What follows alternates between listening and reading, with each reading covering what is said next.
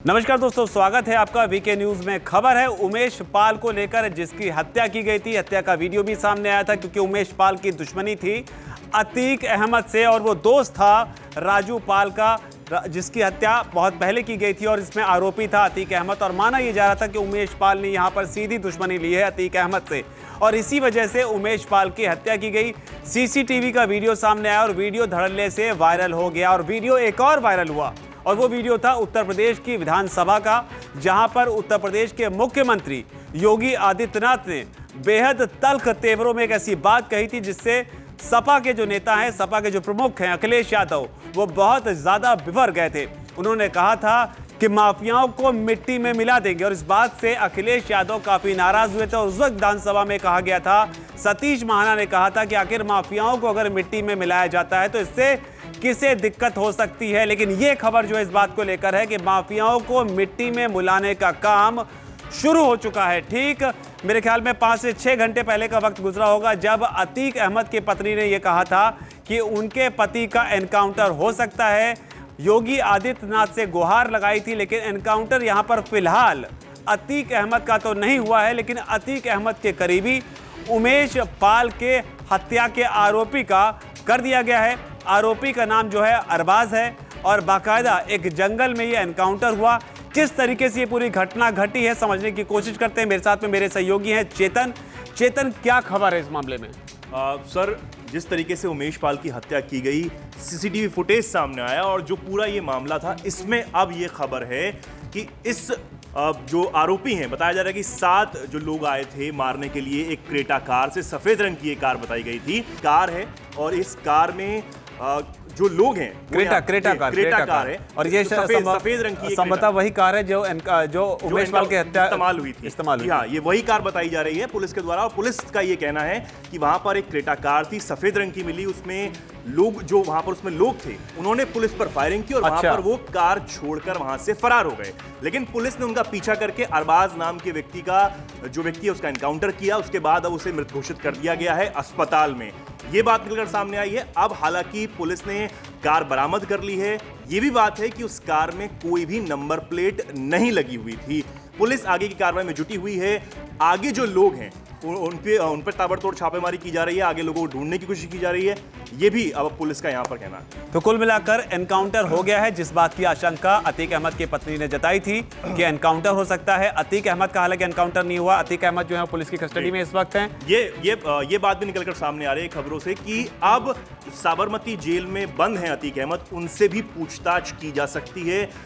उनसे भी जो पुलिस है वो पूछताछ के लिए जा सकती है कि ये जो पूरा मामला है, हालांकि उन्हीं को लेकर ये पूरा मामला चल रहा है और वो साबरमती जेल में इस वक्त बंद है। ये भी आप सबको बता दें, पुलिस अब उनसे पूछताछ कर सकती है। ये खबरों से निकलकर आप सामने जेल में बंद है, इसलिए शायद परिवार और डरा हुआ है क्योंकि बिकरू कांड के जो आरोपी थे या जो क्रिमिनल था विकास दुबे, उसका एनकाउंटर हुआ था। लेकिन यहाँ पर आपको योगी आदित्यनाथ का वो बयान सुनवा देते हैं जिससे आपको इस बात का अंदाजा हो जाएगा कि अगर कोई माफिया है, अगर कोई क्रिमिनल है तो योगी आदित्यनाथ का जो फंडा है इस मामले में कितना क्लियर है। पहले आप खुद वो बयान सुनिए। जिस अतीक अहमद के खिलाफ पीड़ित परिवारों ने मुकदमा दर्ज कराया, उसके परिवार के खिलाफ, वह समाजवादी पार्टी के द्वारा पोषित माफिया है और उसकी कमर को तोड़ने का काम हमारी सरकार ने किया है।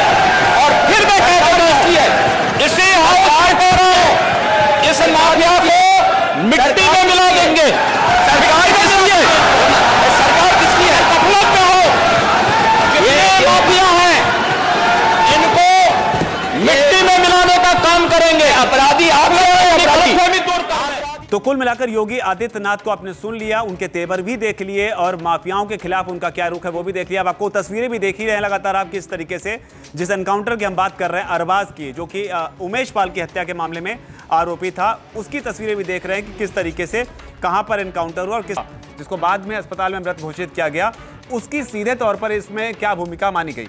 देखिए, पुलिस का यह कहना है कि अरबाज ही वो व्यक्ति था जो उमेश पाल की हत्याकांड के वक्त गाड़ी ड्राइव कर रहा था। यानी कि जिस कार का हम लोग जिक्र कर रहे हैं, जिस कार का जिक्र यहां पर इस पूरे हत्याकांड में किया गया है, वो क्रेटा कार, वो सफेद कार, वो अरबाज ही चला रहा था जिसका अब पुलिस ने एनकाउंटर किया है। तो ये इसकी ये भूमिका थी, यानी कि ये उन 7 लोगों में मिला हुआ था।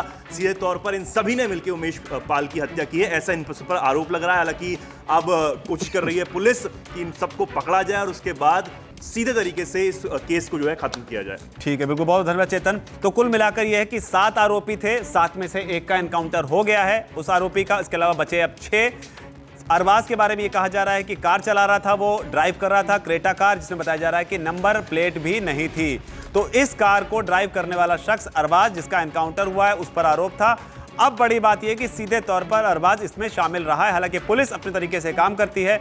आरोप ये भी लगाए गए, जो खबर निकल कर आई एनकाउंटर करने से पहले की जो एनकाउंटर की खबर है उसमें ये बताया गया कि पुलिस पर फायरिंग की गई थी, जिसके बाद में ताबड़तोड़ फायरिंग की गई पुलिस पर, जिस पर पुलिस ने जवाबी कार्रवाई की है और उसके बाद अरबाज का एनकाउंटर यहां पर हुआ।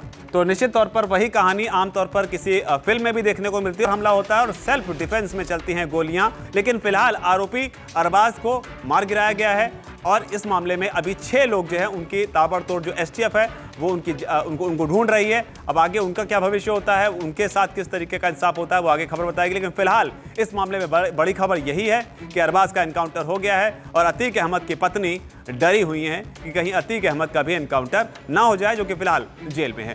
आपका इस रिपोर्ट पर जो भी कहना है, अगर कमेंट सेक्शन में अपनी बात आप जरूर लिखें। धन्यवाद। वीके न्यूज, राष्ट्र के नाम।